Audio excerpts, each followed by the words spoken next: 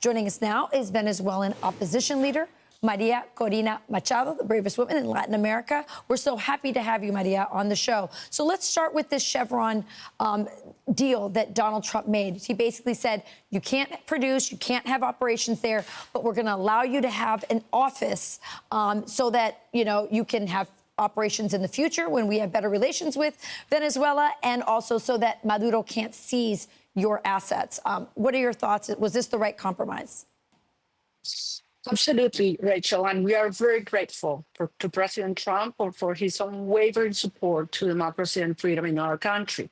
And this was certainly a smart call, because on one hand, it protects energy assets of the U.S. in Venezuela, but it doesn't give a communist dictator as Maduro a penny that he would use to repression, terror, and even for expanding the activities in the drug cartels. At the same time, as you say, this position U.S. companies in a great level to lead investment and operation once we bring back democracy and freedom to Venezuela. Yeah, and that's been your message to Chevron, right? You've been like, hey, listen, I understand you're upset about this, but things will be actually more profitable for you if we see this government out, correct?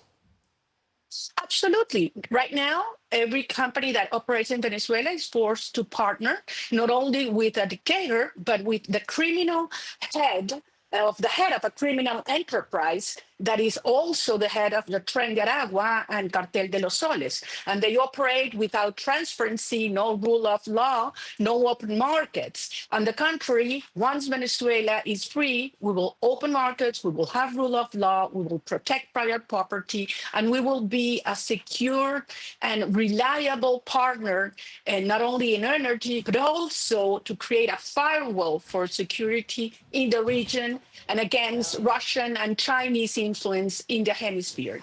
Maria, I want to talk about what's next, because we saw a couple weeks ago there were some opposition leaders, partners of yours in the opposition to Nicolás Maduro. They were holed up for a year inside of an embassy, the Argentine embassy, and the U.S. helped them escape. They're now on U.S. soil at Fox Noticias. We've interviewed some of them. But now what's next for Maduro? You say that was a sign that he is weak. Are we actually looking at a new period of time in this whole ordeal, this whole saga?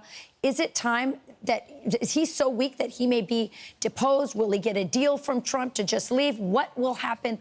What's next for you? What's next for Venezuela and Maduro?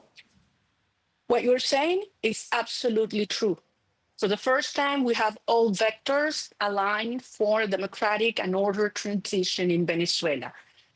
This decision to cut funding creates great distress within the regime. We are already seeing signs of it, of fractures and confrontations. These decisions should be enforced. President Trump has talked about secondary sanctions already in place, but also fund flows that come from drug trafficking, weapons, and gold trafficking should be blocked. This is the way to go, law enforcement, and believe me, the regime is weaker than ever, as Operación Guacamaya, which you mentioned, the rescue mission supported by the U.S. demonstrated. We, the Venezuelan people, are committed to be free. We're working, we're fighting, and Venezuela will be a great partner of the U.S. very soon. Well, Maria, he's weak. You won your opposition party won by over 70%. Venezuela is behind you. We'll see what happens next. We're going to continue to follow this very important story in our Western Hemisphere. Thank you, Maria Corina Machado.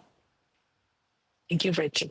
Hi, everyone. I'm Brian Kilmeade. I want you to do me a favor. I want you to click to subscribe to the Fox News YouTube page. This is the only way that I know for sure that you're not going to miss any great commentary, any great news bites, any great interviews coming your way on Fox. You can get it all here on YouTube. So subscribe right now.